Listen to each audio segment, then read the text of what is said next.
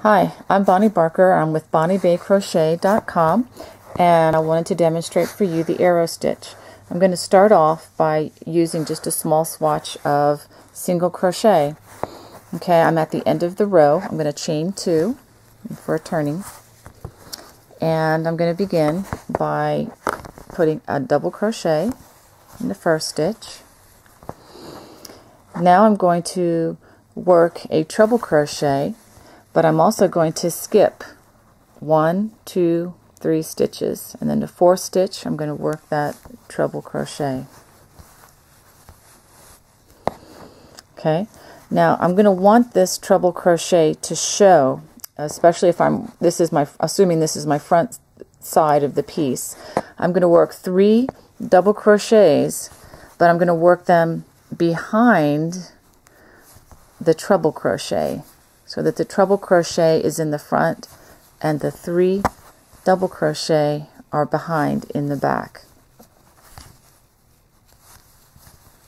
Okay. Now all we're going to do is repeat that across the row. We're going to skip 3 stitches, 1, 2, 3. We're going to treble crochet in the 4th,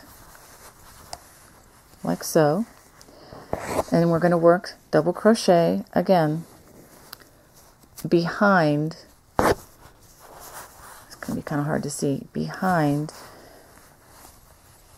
the treble crochet.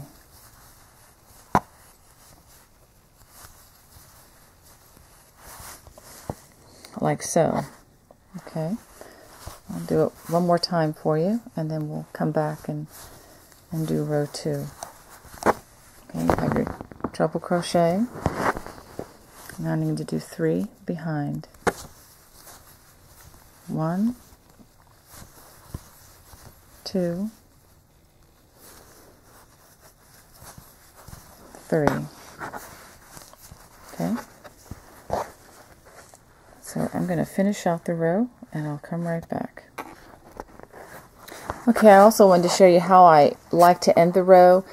Depending on your stitch count, sometimes you have enough stitches to have that extra stitch in a stitch by itself. In this case, I do not. And a lot of times the stitch, this arrow stitch, requires maybe 1 extra stitch than perhaps the other stitches that I'm including in my projects.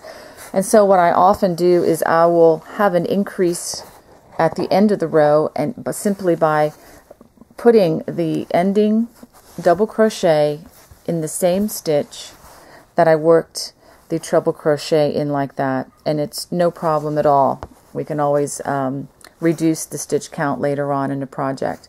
Okay, for turning, I'm going to chain 3, going to turn. That chain 3 now is going to act as my double crochet. So if we use the stitch in this way, you will decrease your stitch by 1.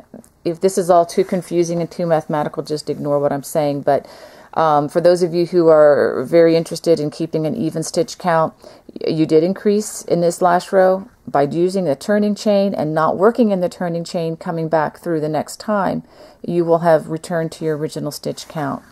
Okay, so now we are going to simply start by working a treble crochet in the treble crochet that we just worked, and you can see the treble crochet, they have more the open hole there. That is your treble crochet. So let's just go ahead and work a treble crochet in that stitch. Okay, now we have the back side of the work facing us.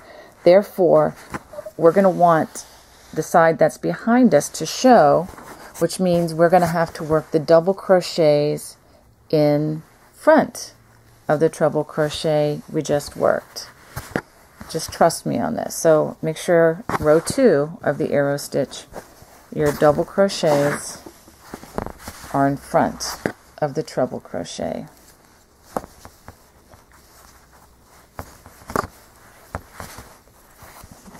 Like this. Okay, so let's try that again.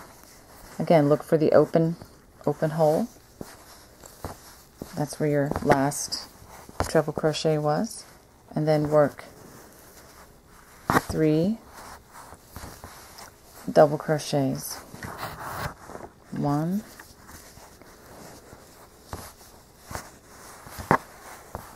2,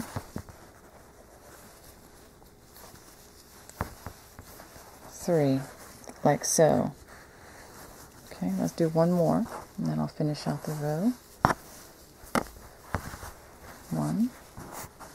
That's the treble crochet. Now we're going to work 3 double crochets.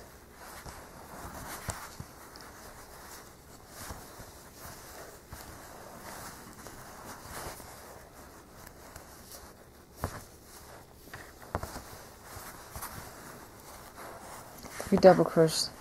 So this is what the back side of the work should look like about now. Okay, now the back side of your work, you should see these nice arrows coming together like that.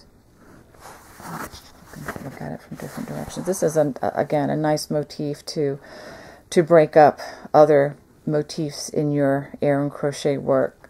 For more information on Aran crochet patterns, just feel free to go to my website, bonniebaycrochet.com. And you can also find a lot of other helpful free videos that will help you on your way to some beautiful projects. Thanks. God bless. Bye-bye.